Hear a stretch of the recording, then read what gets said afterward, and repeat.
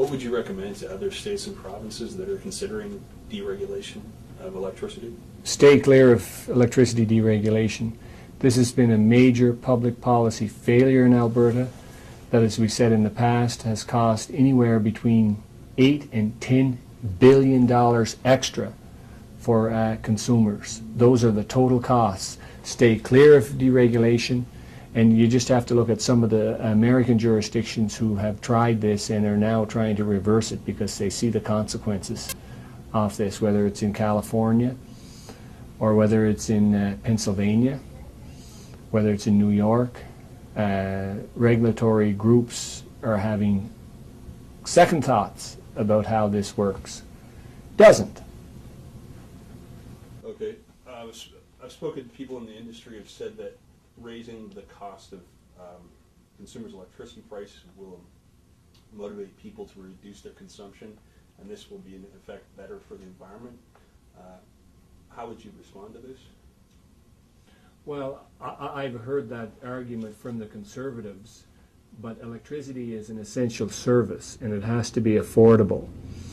And when you consider that the majority of electricity generated in this province comes from stations that are coal-fired,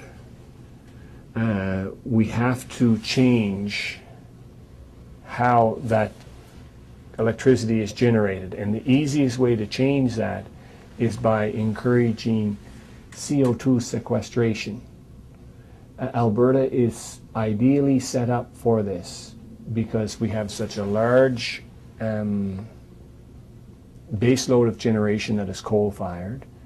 We have a maturing oil field, and the CO2 could be captured and compressed and used for enhanced oil recovery in those mature fields. So it would be a win for the environment, and it would be a win for the oil industry. That's what I would like to see us do. Can we afford to do this? I certainly think we can. But to say that if we drive up the cost of electricity and consumers reduce their consumption, and this is good for the environment and good for the economy, I think that's really a stretch. Months ago, they were talking about some of the amazing music that they hear that they love the harmonies to. That's Cry, Cry, Cry. That's Dar Williams, Lucy Kaplanski, and Richard Shindell. And the song you heard there was a Julie Miller song called My Way of Sorrow. I don't see the CD around very much anymore. I hope it's out there. From the Razor and Tide label.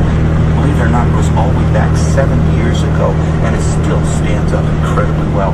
Dar Williams, Lucy Kaplanski, and Richard Shindell, they should be out touring with this still these days. Before that, you heard from our good friend Rick Shea, and he will be touring through the province. He'll be performing in Edmonton at the Full Moon Folk Club, and that is Friday, November the 4th, and on Saturday, November the 5th, you're going to find him at the Bow Valley Music Club here in Calgary. That's Rick Shea, amazing performer out of the California area, great guitar player, great vocalist as well, and nice guy. I gotta play this. I was driving to the mountains last weekend, and this was the CD of choice for the afternoon. I first played Moody Blues, Days of Future Past, going back to 1967 with the London Philharmonic Orchestra, and I also brought this along because I love the CD so much, but it has just a totally different point of view of the Moody Blues. Moody Bluegrass, a national tribute to the Moody Blues. Here's one of those songs that was kind of one of their later hits in the 80s, Your Wildest Dreams, Moody Bluegrass on Focus.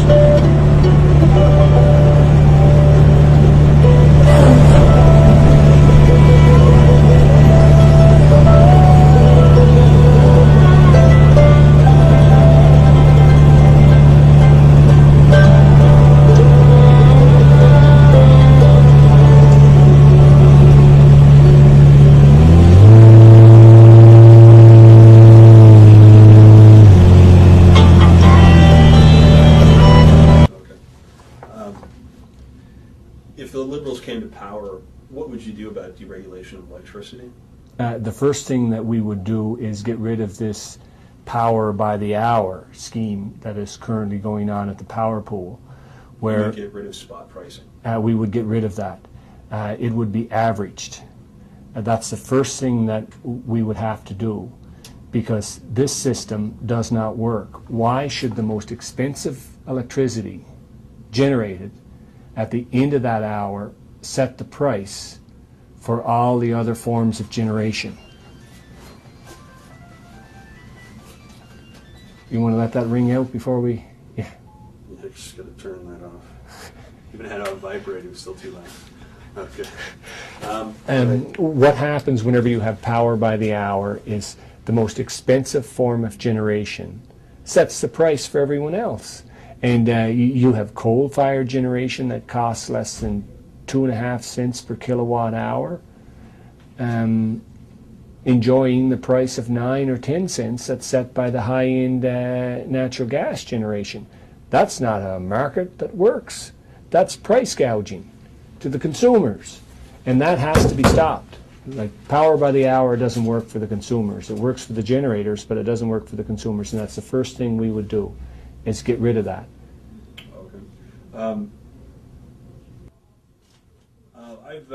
I've done some number crunching, and my estimate is that between $8 and $10 billion was lost to deregulation so far. Would you say that's somewhere in the ballpark range? I mean, what would be your estimate? I would say your number crunching is extremely accurate. If you're not going to be a filmmaker, you could be a mathematician, because I would think that the bill now is between $9 and $10 billion in extra costs for Alberta consumers because of this electricity deregulation scheme. And then that's since the year 2000? Or that would be since the year 2000, you bet. And you know, the bill keeps growing. Like, you got to remember that we had some of the lowest cost electricity in North America before deregulation, and we do not have a lot of hydroelectricity generation. We do not have a lot of hydroelectricity generation. We rely on a coal-fired baseload generation capacity to keep our prices down.